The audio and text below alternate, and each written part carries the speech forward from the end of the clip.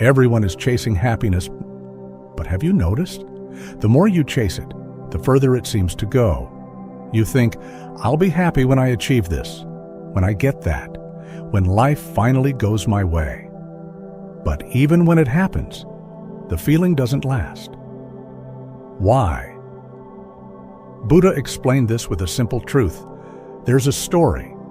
One day, a man came to Buddha and said, I just want to be happy. Tell me what I need to do. Buddha looked at him and said, first remove I, then remove want. What remains is happiness. The man stood confused. Buddha continued, your suffering begins with I. The ego that always compares, always feels lacking, and your suffering grows with want, the endless desire for more. When you live with I want more, your mind is never satisfied. Even when you get something, you immediately want something else. The man slowly started to understand. Buddha then said, happiness is not something you achieve, it is something you uncover.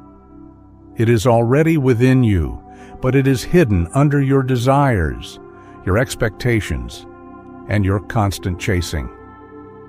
That's the truth no one tells you. You don't feel unhappy because happiness is far away. You feel unhappy because your mind is always searching for it somewhere else. And the more you chase it, the more it slips away. But the moment you stop chasing, stop comparing, stop wanting more for a second, you begin to feel something different. A quiet peace, a simple contentment. That is real happiness. Not loud, not exciting, but stable. So don't spend your life running after happiness. You'll only get tired. Instead, remove what is covering it, because happiness was never outside. It was always within you. If this made you look at happiness differently, subscribe to Insight of Buddha.